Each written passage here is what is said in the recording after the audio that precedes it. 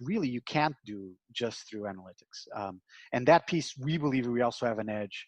We believe we also have an ability to do that. But I don't think, in my lifetime, I'm making a bet here that, analytics engines will ever replace humans fully in early stage investing, because it's just an impossibility. There's so many degrees of evaluation that are very difficult to actually model that I don't think that will happen, certainly in my lifetime. Yeah, I can't agree more. Prior in the conversation, you had spoken about consumer services, the consumer services route in general, right? So what are some of the trends you're kind of seeing just in general in that industry? We are in the midst of an amazing transformational environment. First, we're in the midst of a demographic change where we have Gen Zers emerging with a huge amount of wallet and ability to spend. And it's obviously only going to increase as they become obviously uh, more part of the market in the mainstream market, leading companies, managing companies, etc. So that's one shift that was already happening. And Gen Zers are very different from millennials. Their habits are different. The way they look at services is different. The way you're going to need to address them from a social perspective, from a social network perspective, from a communications perspective is different than we Gen Xers or millennials have been addressed. The second big generational shift, which has been happening for quite a long time, is the world is becoming more and more age, in particular in developed markets. Portugal, for example, I believe is the fourth oldest country in the world in terms of average age right now. And so there is a need to serve this demographic. And the cool thing about this demographic is, for the first time, this demographic is actually relatively technology savvy. So we're having people going into their 60s, 65s that is actually more technology savvy, that actually knows how to use technologies. And certainly their children, which are probably in their 40s, are incredibly technology savvy. So there's a lot of opportunity around that. So that's one other piece of the demographic shift. But now we just had COVID. And COVID changes, I think, a lot because at the end of the day, remote working becomes of age. The notion of distancing becomes more important. The risks that you take while traveling are taken certainly in a different degree. The bar for traveling, I think, has gone up dramatically. It will continue going up as we move forward. So this piece of COVID by itself has created another shift in consumer behaviors that we're seeing right now, with Zoom going through the roof today, with companies that are around the space, around gaming, for example, going through the roof, while you have companies that are in the travel space, in the hotel space, in the restaurant space, that are unfortunately going through an apocalypse that nobody could have predicted. And that is going to shift things. So, for example, in the food space, grocery shopping has become of age, but also in terms of food delivery and food pickup, I don't see any world under which food pickup and food delivery doesn't really significantly scale going forward. So that becomes almost like a premise of creating a new restaurant. If I'm going to do a new restaurant, maybe I'll have a really refined in dining experience that probably will be actually quite expensive. But then I need to also cater the food delivery piece and the takeout piece in a different manner. So I think it's very, very exciting times if you're coming into this space. These trends are going to definitely get augmented over the next 5 to 10 years. I don't think COVID is done yet. I don't think COVID will be done by the end of the year either. So these are going to have lasting effects. And for me, lasting effects always come from the notion that if you are, for example, confined and shelter in place in lockdown, if you are limited by your activities for a significant amount of time, your habits will change. There's no other way your habits will change. So this is not just a blip.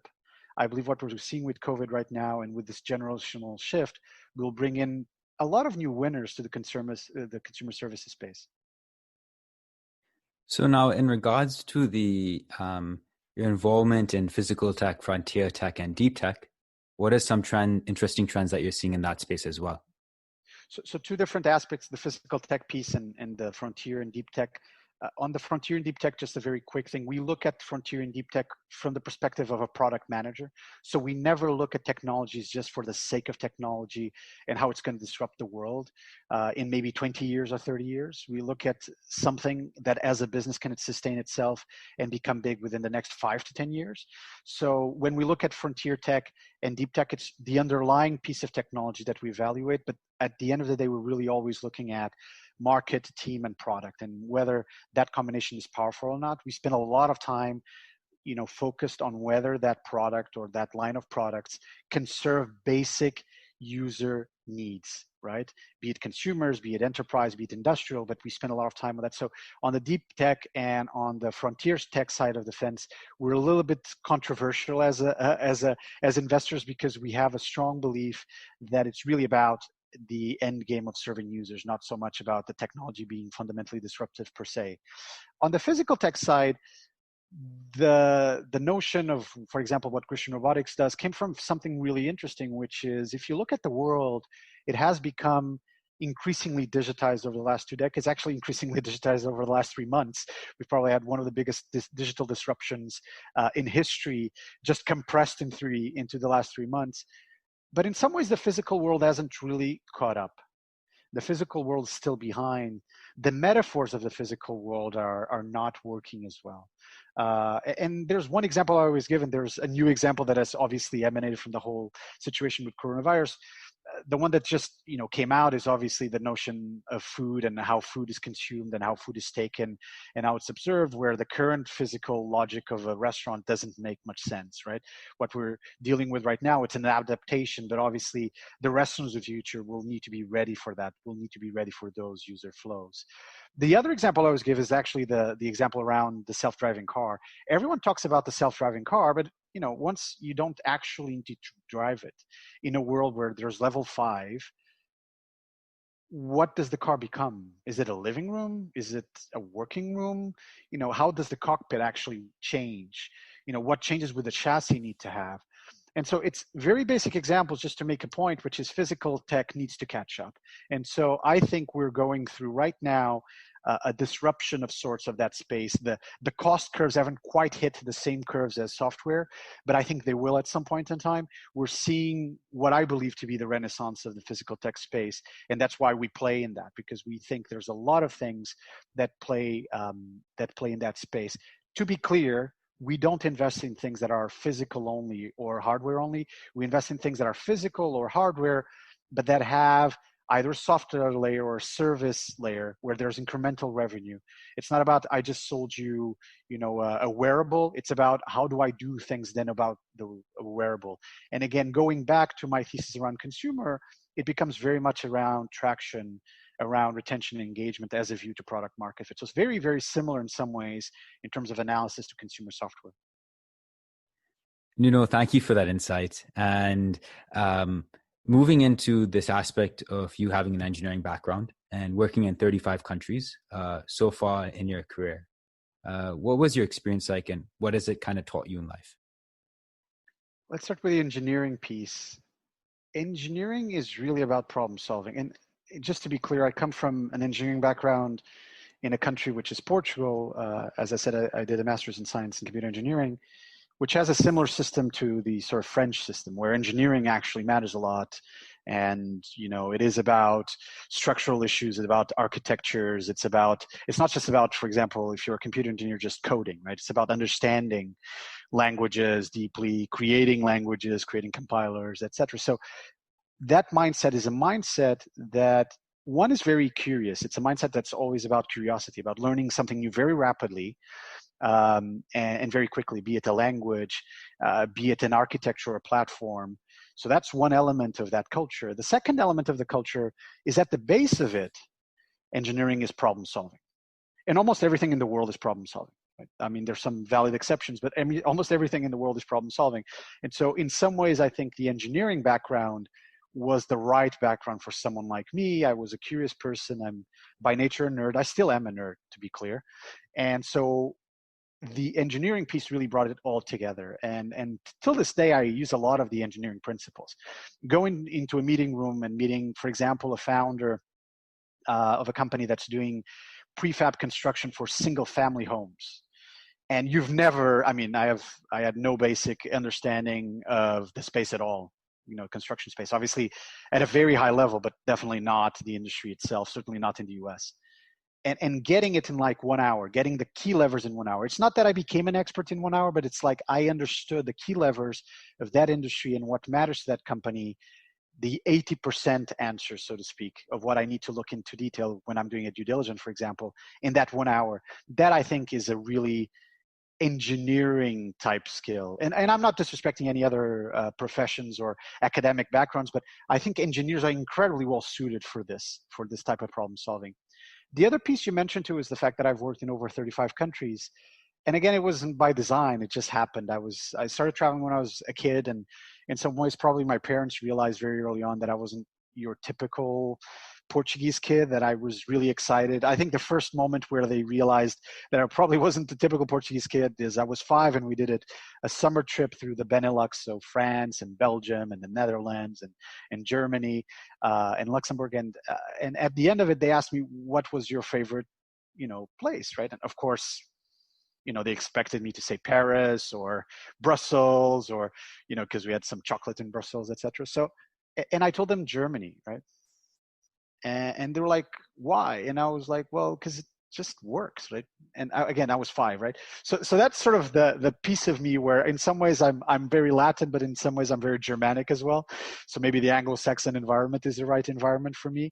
But very early on, I realized I got it. I understood people, and I wasn't really very biased. I would look at people and their interactions with me, and I'd try and understand how they were different. And that has served me incredibly well. And it's been really a blessing to me, the fact that I've worked in so many countries. Because if, for example, I lived in Beijing for 6 years, but I worked quite extensively in Korea, Japan, and Southeast Asia, going from Beijing to Seoul, everyone's like, well, it's an hour and a half flight. Yeah, but I mean, you might as well be in another continent, right? I always say Asia Pacific is a Western construct. It doesn't exist, right? It's a collection of countries. It's not a collection of regions. Koreans are very different from Chinese. Northern Chinese are very different from Southern Chinese or from Shanghainese. And so all of those lessons learned were very powerful. I remember it always happened to me in winter. When I was at McKinsey, I would fly between the Far East, so Beijing, Korea, Japan, and Southeast Asia systematically. And you go from, I don't know, Tokyo, and you land in Singapore. Again, you're in a different world. Singapore is actually pretty well organized, but if you land, for example, in Jakarta, it's a different world altogether. And sometimes I remember there was a time where I was landing in Dhaka, right? Dhaka to Tokyo is a little bit of a shift, right, in terms of mindset. But having the appreciation that that shift is not, judgmental. It's not about being better or worse. It's not that Dhaka is worse than Tokyo. Dhaka is different than Tokyo. And for example, my experience in Dhaka is a great example of that, because I worked with incredible talent there. The same in India. Going to New Delhi or Bangalore, the talent is exceptional. The infrastructure is different. It's maybe less evolved to the naked eye. But having that ability to be multicultural has taught me a lot. And if you look at Silicon Valley and the Bay Area in terms of startups and companies, there's so much diversity in entrepreneurs here that actually I think that gives me an edge again. I'm not your classic guy that was, born and raised in the US. And so in some ways I have the ability, if I see a team of foreign entrepreneurs that are just happen to be here building their company, I will give them the discount of understanding the culture they come from, on how they pitch, on how they create noise. It's very obvious to me that an American entrepreneur, someone that was born and raised in the US, that grew up through debate teams, through the ability to discourse, to the ability of sell, right, from very early on as a kid, will have an edge on pitching versus someone maybe that's German, that's more matter-of-factly, or someone that maybe their English is not very good. And that gives me an edge, because you're not going to be successful just because you're a better salesman. That helps as well, and that is important for fundraising, but it's not the only thing. You're going to be successful if you're a better operator, if you're a better builder of companies. And I think having worked in all these countries gives me this extra edge. And again, I feel very blessed. I feel very blessed for all the places I've been to in my life, and all the experience I've had. And I've had genuinely exceptional experiences everywhere I went in the world. That is fantastic. I think, one thing that I would add, and tell me if this is true or not, but especially when traveling around Asia Pacific, right? When you travel between Japan to South Korea, the cultures are total opposites. But it must have taught you how to tailor your management style to work in different work cultures. Yes, And it gives you flexibility. You become flexible in how you address teams.